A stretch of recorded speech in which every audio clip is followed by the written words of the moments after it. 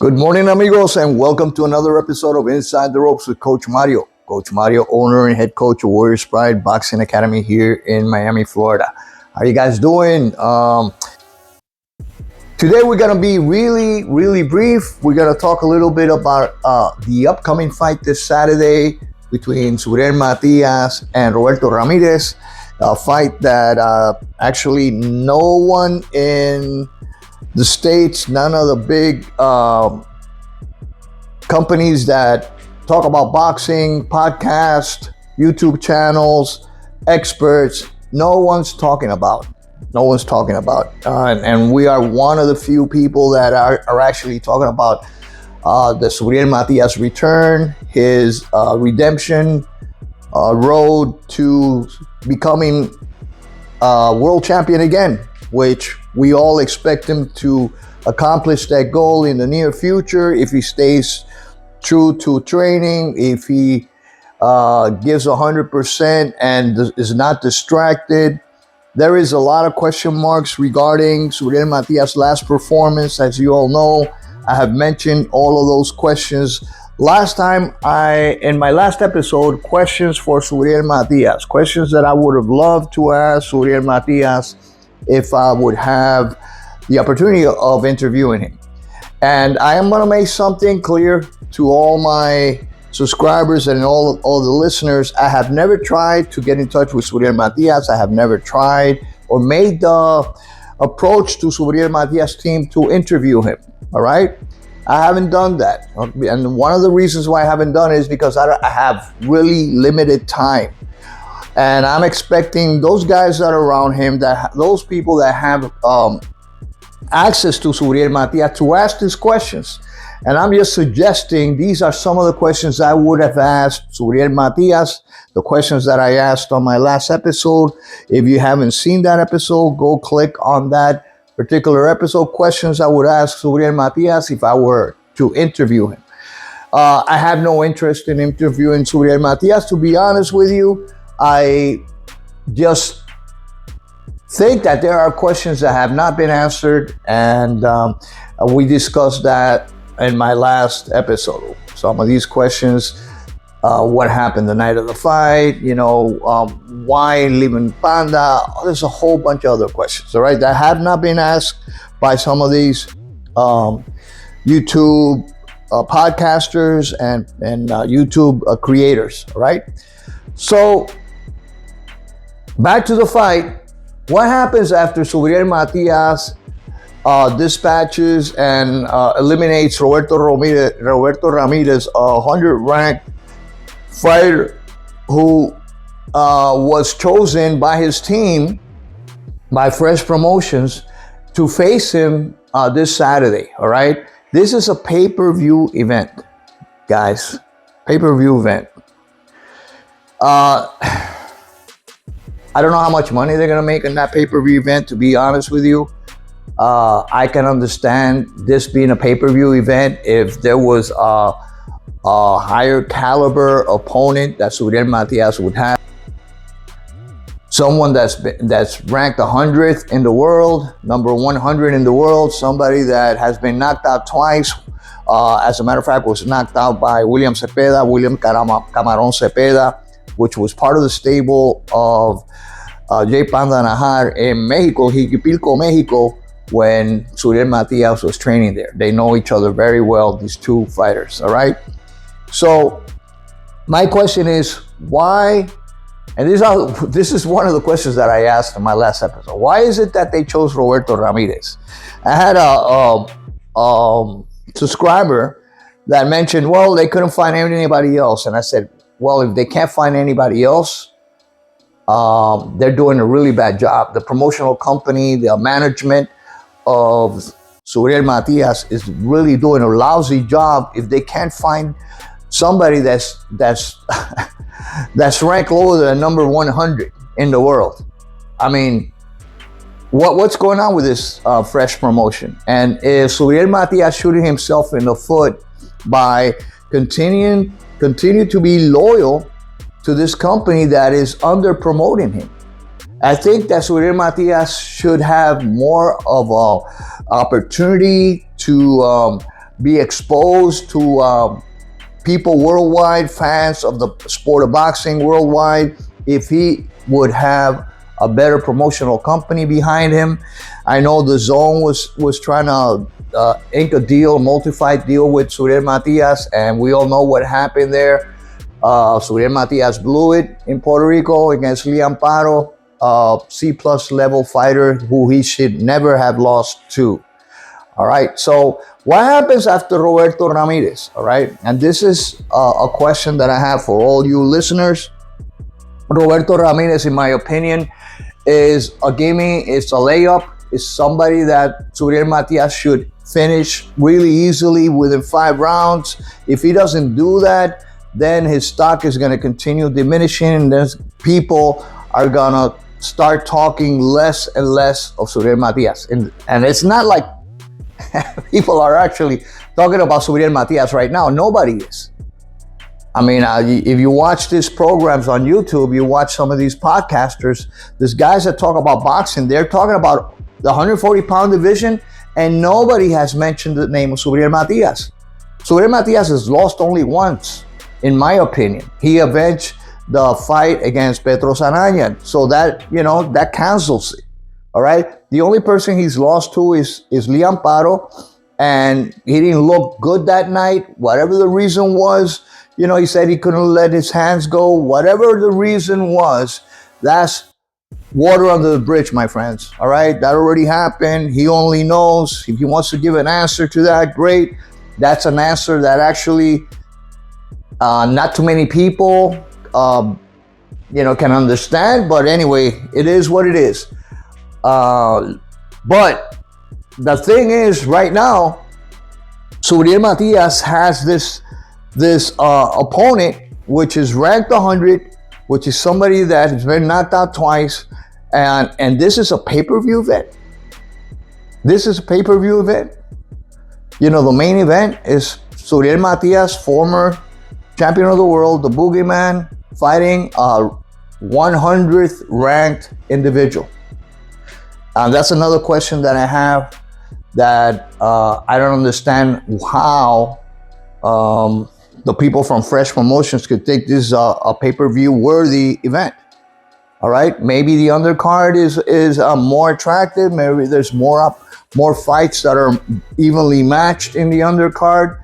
I'm not too familiar with some of these other fighters. I might be familiar with one or two, but I know these fights might even turn out better than the main event.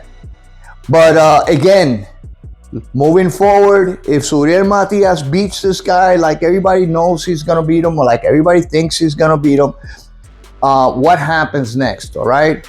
And a lot of you have said, well, Coach, what happens is that he's going to have a shot at the title next year. He's going to fight the winner between Liam Paro and Richardson Hitchens, all right? Because the IBF, it has Subriel Matias as one of the top contenders in that division.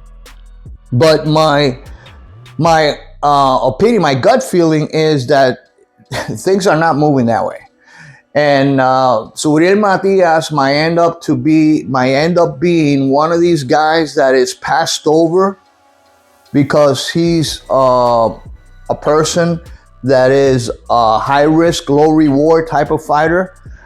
Somebody like Ismael Barroso, that you all know, was pushed aside and pushed aside and pushed aside, you know, in order to have a shot at the title.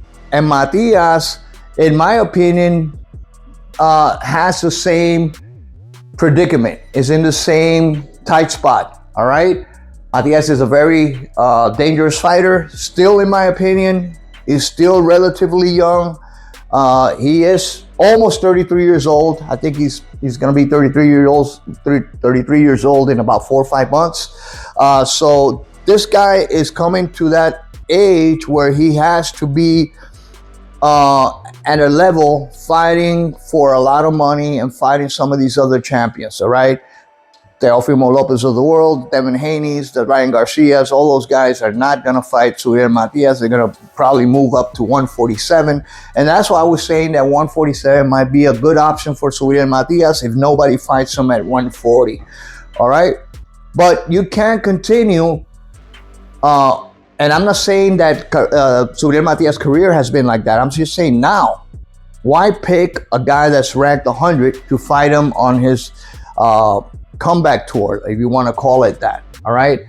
Subriel Matias should fight somebody that's top 10, top 20, show the world that he still got it. Have some of these podcasters and some of these people, experts in boxing, the Pro Box TV, all these guys talk a little bit about Subriel Matias, talk about his upcoming fight, and something that is worth paying for. I mean, I don't know who's going to pay $40 to see Subriel Matias fight a nobody. It doesn't make any sense. And that's one of the reasons why I think Subriel Matias is doing himself a disservice by being too loyal. There's nothing wrong with being loyal, but if you're being loyal to somebody that's not helping you out and is holding you back, you got to rethink. You only have a few years left in your career.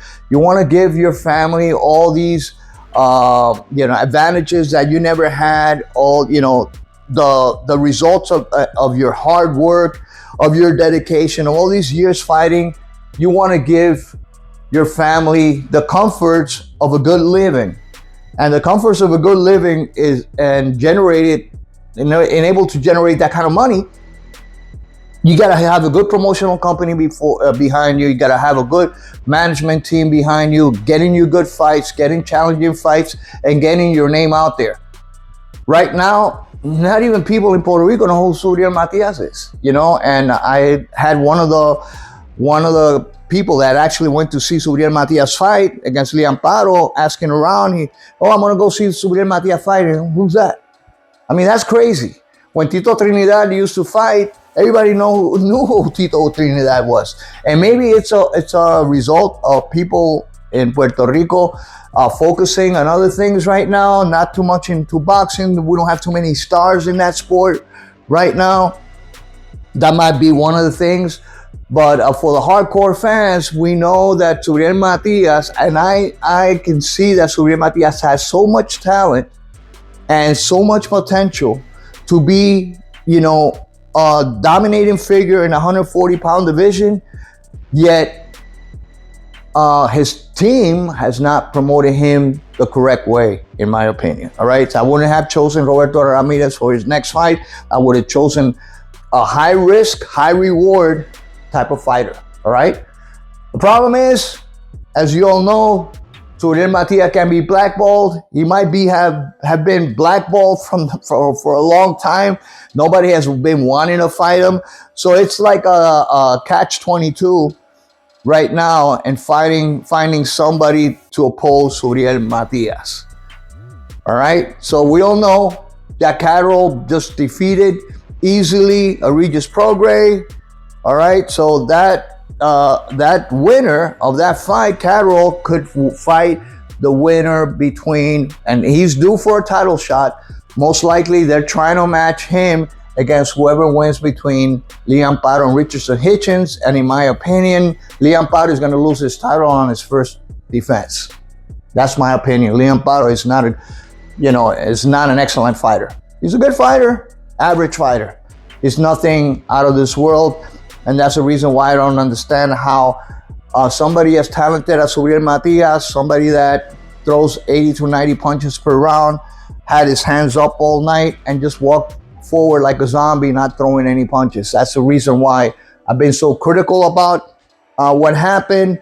And I haven't had this questions, this inquisitive mindset that I've had after his fight. Everybody was disappointed about his performance, especially in front of Puerto Rican people. And to see Matias later on not giving that much importance to his defeat in front of his own people, saying that his first loss against Petros Anayan was a lot worse for him emotionally, that really makes me think whether he's really dedicated to the sport or he's just going through the motions, all right? So let's see what happens. I don't think this fight with Roberto Ramirez is gonna bring anything positive for Subriel Matias. The only thing I can see, from this fight is the following. And you guys tell me what you think. All right, it's probably his team is saying, you know, this guy is like wanting to get out. He's got like 1 foot inside boxing and 1 foot outside of boxing. He wants to be with his family. He wants to be in a comfort zone. He might not be as dedicated and as disciplined as a fighter should be, a fighter of that caliber. A fighter at that stage in his career has to be super dedicated and has to have that discipline and sacrifice in order to achieve success. All right? In order to get championship opportunities, you're not just gonna go and fight nobodies and then they're gonna give you a shot. Well, in today's boxing, that could happen, that could be so, but for Subriel Matias, I believe they're blackballing him. All right? So if you really want, and this is something I tell my fighters, I tell them, listen, they tell me, oh, coach, I love boxing, but I like this other stuff. I said, listen, in boxing, you're either all in or all out. You can't half-ass in boxing. It's a very complicated, very demanding sport, very intense sport. You're fighting for your life in there. All right, you can't be half-assing in boxing. So you can't be in a comfort zone in boxing. You got to be uncomfortable. You got to be hungry. You got to be really dedicated to achieving that goal that you want to achieve. That redemption of his loss against, a mediocre fighter in Liam Paro, somebody I don't think is elite, that should fuel Subriel Matias in a way that will help him achieve all these goals. So if I were in his shoes, I would be really disappointed of having to fight a pushover or somebody, a tomato can like Roberto Ramirez. But maybe his team, like I said before, they don't have the confidence in Subriel Matias. That's the only reason that I can think of. Why would you choose somebody like that? And that's a reason, and it can backfire on Matias because, like I said before, it's not helping his career in any way. If he wins, they're going to say, well, he beat a nobody. He's been knocked out before. What has he gained? Maybe it's just a morale boost for Subriel Matias. It's a little test to keep him in the sport and keep him motivated. That's the only reason I can think of. But anyway, guys, let's hope Subriel Matias shows how great he is on Saturday, destroys this guy easily. If Subriel Matias has any issues with Roberto Ramirez, if Roberto Ramirez reaches the last bell and survives Matias, I think Matias' career is over. And he's going to be used by all these guys since they're going to say, you see, we told you that guy's a hype job. That guy is not what the boogeyman that a lot of people thought. And they're going to keep on blackballing him because Subriel Matias is a dangerous person. But anyway, guys, this is all I have for now. Let me know what you think. Let me know who do you think is going to win. I'm pretty sure all of you 100% are going to think that Subriel Matias is going to win this fight. Is he going to win by decision? Is he going to knock this guy out? In what round?